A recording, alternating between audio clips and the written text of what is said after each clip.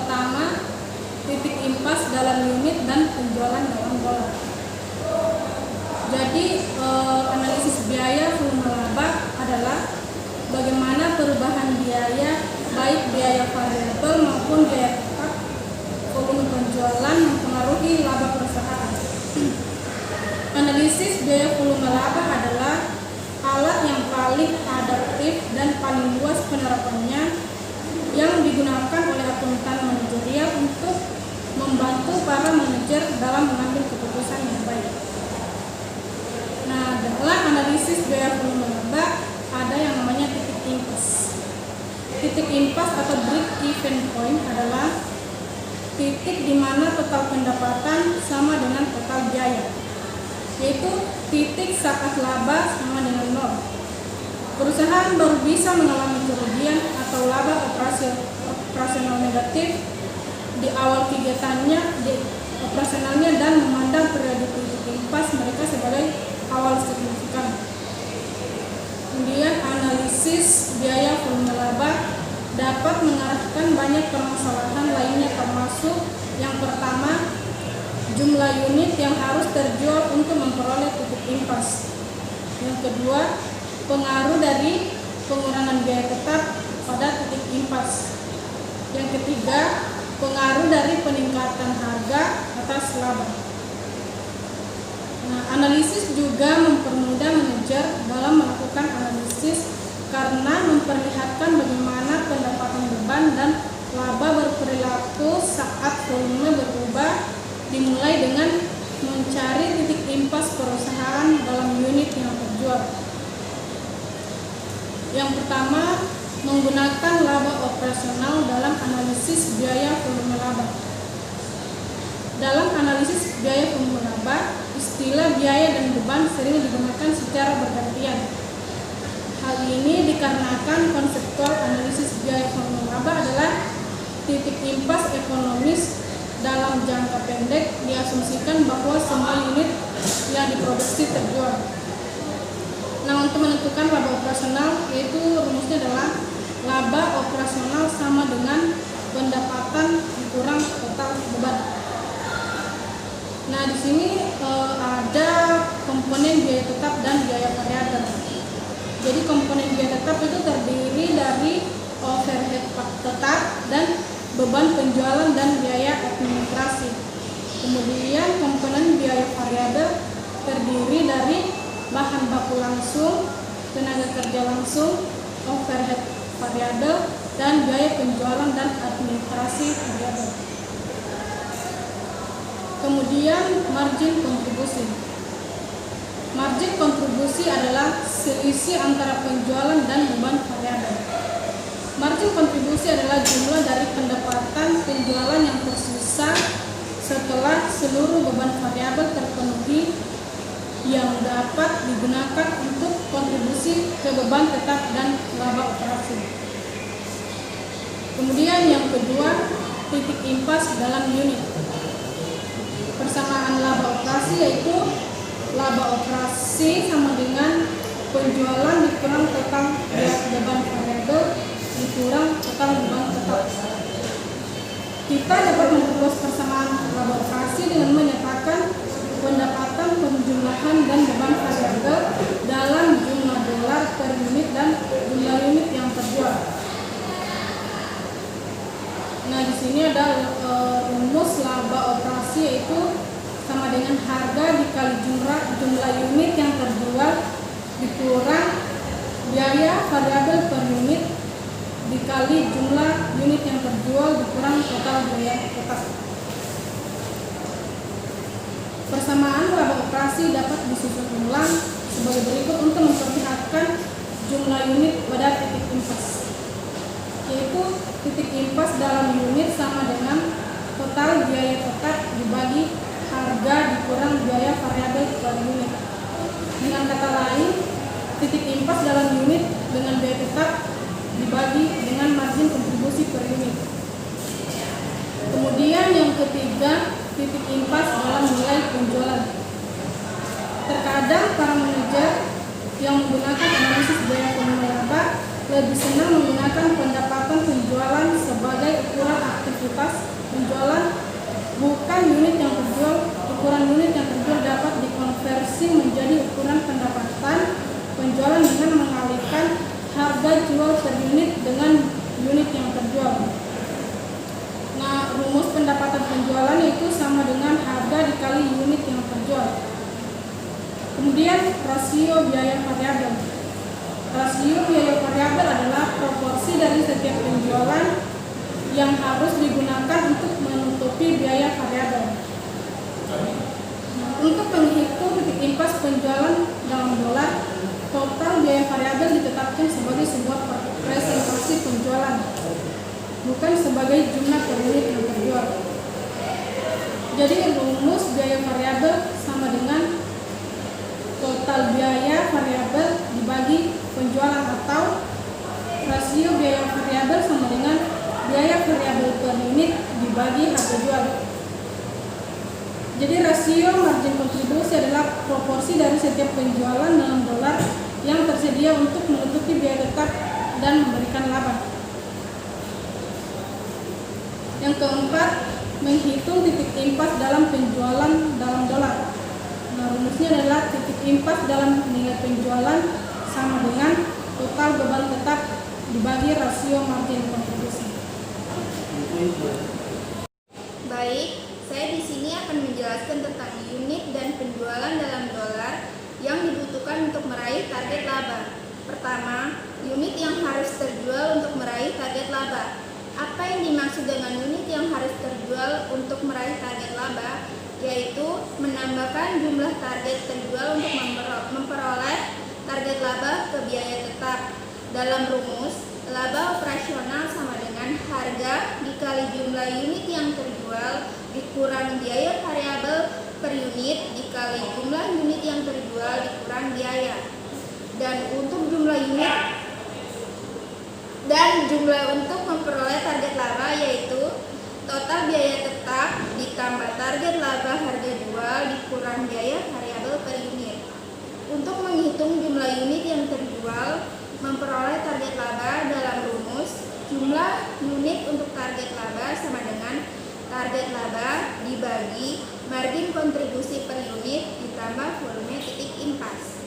Dan untuk mencari persamaan perubahan laba yaitu perubahan laba operasional sama dengan margin kontribusi per unit dikali perubahan dalam unit yang terjual. 2. Pendapatan penjualan untuk meraih target laba. Dalam rumus, penjualan dalam dolar untuk memperoleh target laba sama dengan total biaya tetap ditambah laba rasio margin kontribusi. Dan untuk perubahan laba yaitu rasio margin kontribusi dikali perubahan dalam penjumlahan. Sekian. Jadi di sini saya akan menjelaskan satu contoh soal. Nah, soalnya adalah Wida Company menjual mesin pemotong rumput pada harga $400 per unitnya. Biaya variabel per unit mencapai $325 dan total biaya tetapnya sebesar $45.000. Nah, di sini diminta yang pertama, hitunglah jumlah unit yang harus dijual oleh Wida untuk memperoleh laba sebesar $37.500. Nah, yang kedua, periksa jawaban Anda dengan membuat laporan laba margin kontribusi berdasarkan jumlah unit yang telah dihitung dalam pertanyaan. 3. Nah, di sini diketahui target labanya sebesar $37.500. Kemudian total biayanya sama dengan $45.000, harga jual $400, biaya variabel per unitnya $325. Nah, solusinya adalah itu rumusnya jumlah unit sama dengan target laba ditambah total biaya per harga jual dikurang biaya variabel per unit. Jadi target labanya tadi $37.500 ditambah $45.000 dibagi harga jualnya $400 dikurang biaya variabel per unitnya $325. Jadi total jumlah unit sama dengan 1.100 unit. 3. Nah, di sini laporan laba rugi margin kontribusi berdasarkan penjualan sebanyak 1.100 unit. Nah, yang pertama di sini penjualan. penjualan di sini yaitu harga jual dikali jumlah unit. Jadi $400 dikali 1.100 unit. Jadi hasilnya sama dengan $440.000. Kemudian total beban variabel, yaitu rumusnya adalah biaya variabel per unit dikali jumlah unit. Jadi $325 dikali 1.100 unit. Jadi hasilnya adalah $357.500. Jadi total margin kontribusinya adalah $440.000 dikurang 357.500. Jadi hasilnya adalah $82.500. Kemudian total beban tetapnya di sini tadi $45.000. Jadi laba operasinya sama dengan $37.500. Jadi ini dikurang ini. Jadi hasilnya adalah $37.500. Di sini saya akan menjelaskan tentang grafik hubungan volume laba. Volume laba. Grafik laba volume profit volume grafik menggambarkan secara visual hubungan antara laba operasi dan unit yang terjual. Grafik laba volume adalah grafik dari persamaan laba operasi dengan rumus laba operasi sama dengan harga jual dikali unit tutorial dikurang biaya variabel per unit dikali unit terjual dikurang total biaya. Kedua, grafik volume laba. Grafik biaya volume laba atau cost volume profit memperlihatkan hubungan di antara biaya volume dan laba operasi dengan menggambarkan garis total biaya pada grafik. Untuk memperoleh hubungan yang lebih terperinci, perlu untuk menggambarkan dua garis terpisah-pisah total pendapatan garis total biaya. Yang ketiga, asumsi analisis biaya volume laba. Ada tiga. Yang pertama, fungsi biaya dan pendapatan yang lancar adalah alat pengambilan keputusan jangka pendek. Kita perlu menentukan kisaran operasi saat ini atau kisaran yang relevan di mana hubungan biaya dan pendapatan yang lincah adalah sahih. Setelah kisaran relevan telah ditentukan, maka hubungan biaya dan pendapatan diasumsikan diketahui dan konstan.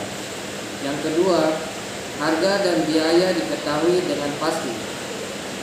Kenyataan perusahaan jarang mengetahui harga, biaya variabel dan biaya tetap dengan pasti. Perubahan yang terjadi pada salah satu variabel biasanya memengaruhi nilai dari variabel lain. Yang ketiga, produksi dengan penjualan.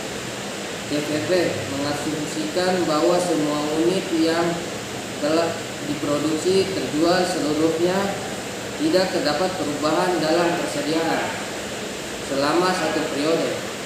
Yang keempat, hubungan penjualan konstan.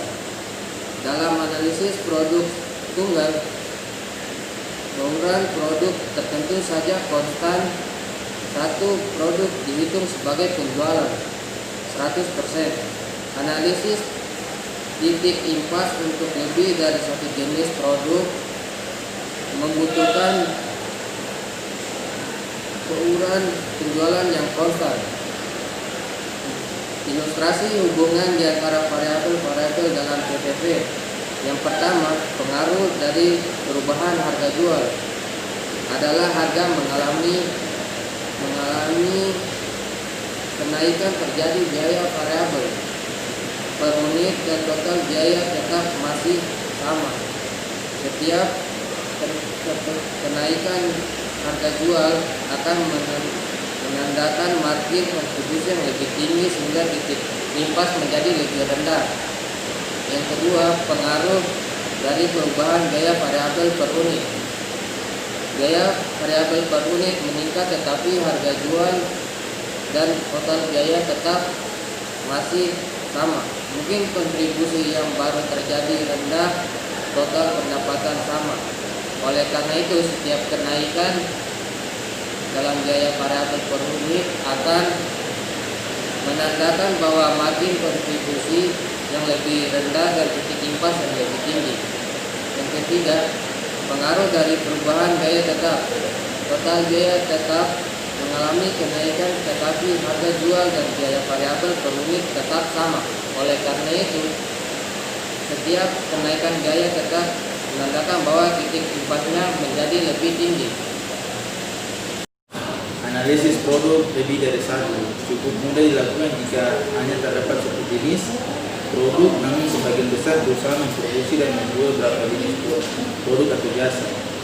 Beban tetap biaya langsung adalah biaya tetap yang dapat ditelusuri ke setiap segmen dan tidak akan terjadi jika segmen tersebut tidak ada.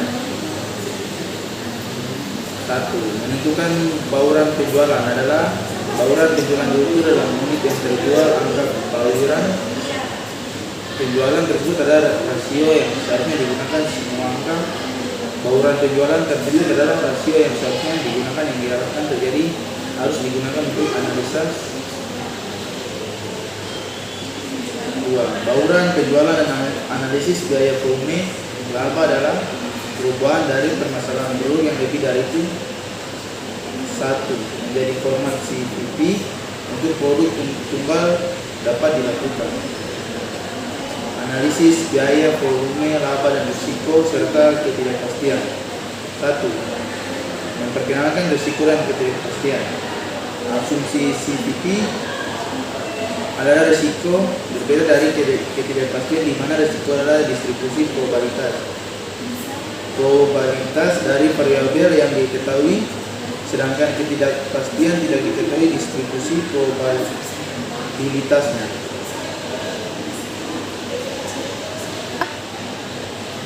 Ini bacanya apa? Dapat diukur untuk di tingkat penjualan yang ada dengan menggunakan rasio margin kontribusi terhadap laba operasi seperti berikut. 2. Analisis sensitivitas dan biaya volume laba. Analisis sensitivitas adalah teknik yang memeriksa pengaruh dari perubahan dalam asumsi mendasar pada jawaban. Sekian dan terima kasih.